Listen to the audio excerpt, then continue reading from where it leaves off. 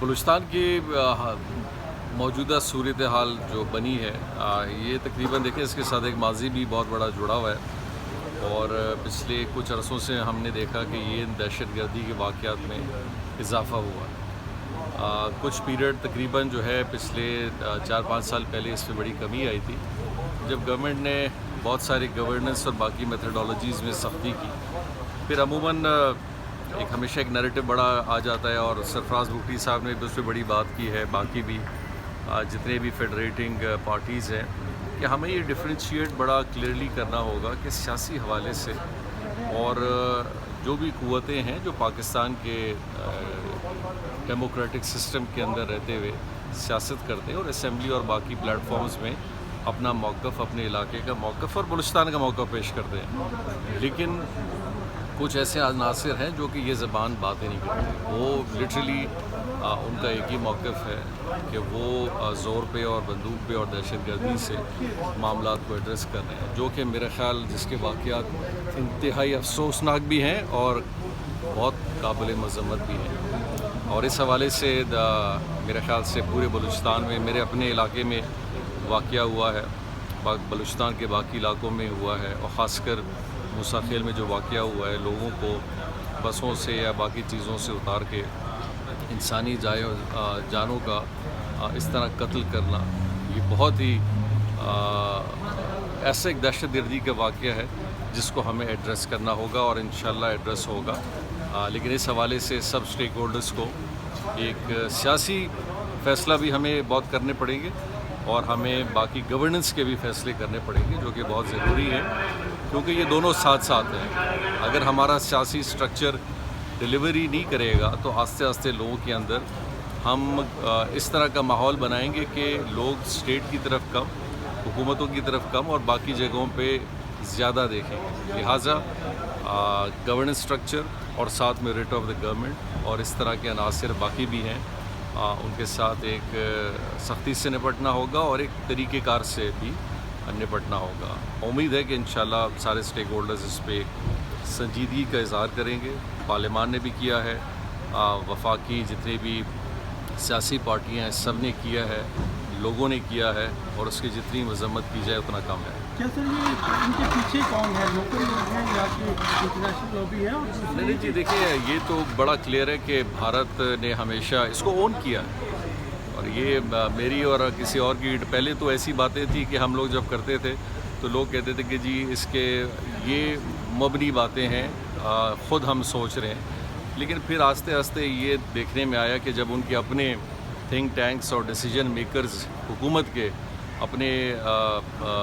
ایسے ایسے فنکشنز میں انہوں نے باقاعدہ کہا کہ ہم بھی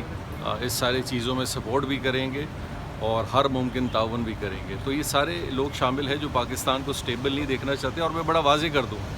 ہمارے جو لوگ اس میں استعمال بھی ہو رہے ہیں ان کے لیے بھی ہے کہ یہ چیز پہلی دفعہ بلوچستان میں نہیں ہو رہا۔ اس طرح 40 سال 50 سال پہلے لوگوں کو استعمال کیا،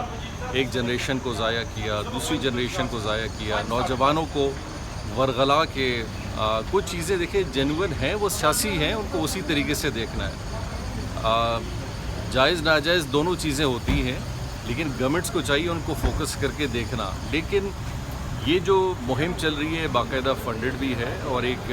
طریقہ کار سے چل رہی ہے، ایسا نہیں ہے، اور لوگوں کے سینٹیمنٹس کو استعمال کیا جا رہا ہے، خاص کر نوجوان بچیوں کے جو کہ بہت ینگ ہیں، اور یقینی طور پہ وہ ان کو ونریبل دیکھتے ہیں اور ان پہ اپنی انویسٹمنٹ کر رہے ہیں اور ان کو ریکروٹ کر رہے ہیں۔ ہم اس پہ یقینی ہمیں بڑا سیریسلی سوچنا ہوگا اور ایک طریقہ کار بنانا ہوگا۔ جہاں پر ان کی انویسٹمنٹ کی آپ بات کریں تو کیا حکومت کی انویسٹمنٹ پسماندہ علاقوں میں، خاص طور پر اگر بلوچستان کی بات کریں تو کیا انویسٹمنٹ کی جا رہی ہے تاکہ پسماندگی جو ہے وہ ختم کی جا سکے اور ایسے جو واقعات ہیں ان میں کمی جو ہے اس سے لائی جا سکتی ہے؟ تو کیا بطور منسٹر آپ کیا سمجھتے ہیں؟ دیکھیے میں تو یہی کہوں گا نا کہ مناسب نہیں رہے گا کہ میں اس طرح کی بات کروں، لیکن 2018 سے لے کے 2021 تک جب ہماری گورنمنٹ بلوچستان میں تھی، الحمدللہ ایک بڑا اچھا ماحول گزرا، اور گورننس پہ ہم نے فوکس کیا، عوام کی بہتری کے لیے چیزوں کو کوشش کی۔ پھر جس طرح ایک حکومت جن پہ آج بھی انکوائریاں ہو رہی ہیں، وہ ان سب نے مل کے ایک حکومت کو لائے اور کچھ لوگوں کو لائے جنہوں نے بلوچستان کو لوٹا، دیکھیے ایک چیز بڑی کلیئر ہے، اب بلوچستان کو ان لوگوں کی نمائندگی ہونی چاہیے جو بلوچستان کے ساتھ سنسیئر ہوں، پبلک کے لیے کام کرے، پاکستان کا نیریٹو پیش کریں، اسی سے پاکستان کا نیریٹو بنے گا، اسٹیٹ کا نیریٹو بنے گا۔ اسٹیٹ کا نیریٹو عوام کی خدمت سے ہے جس کو پبلک دیکھے بھی۔ اب یہ نہیں ہے کہ میں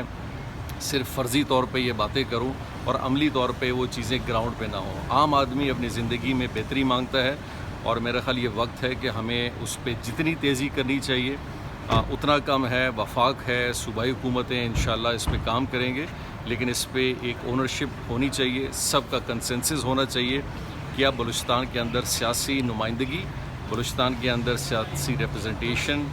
لوگ سب وہ لوگ سامنے آئیں جو بلوچستان کے لوگوں کے مسائل حل کرنے میں دلچسپی بھی رکھتے ہیں، ذہن بھی رکھتے ہیں اور ان کے دل میں ایک گوشہ بھی ہو۔ اس سے پہلے مسئلے کو استعمال کیا جاتا تھا، پہلی دفعہ ایسا ہوا ہے کہ آئی ڈی کارڈ دیکھ کے پنجاب کے لوگ، تو یہ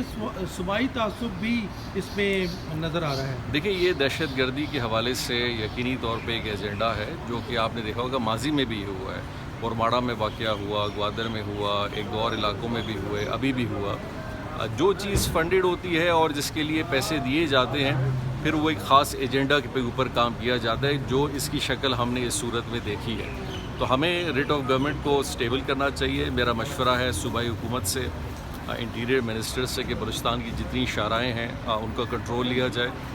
کیونکہ کچھ اور جب تک آپ بالکل ہر چیز کو اتنا آزاد کر دیں گے کہ چند لوگوں کی شکایتوں پہ اگر ہم چیک پوسٹیں ختم کر دیں، چیکنگ ختم کر دیں، سیکیورٹی سسٹم کو منیمائز بلوچستان میں کر دیں تو پھر اس طرح کے حالات پیدا ہوں گے۔ ہمیں اس طرح بالکل ہر چیز کو چھوڑنا نہیں چاہیے۔ Rate of state, rate of government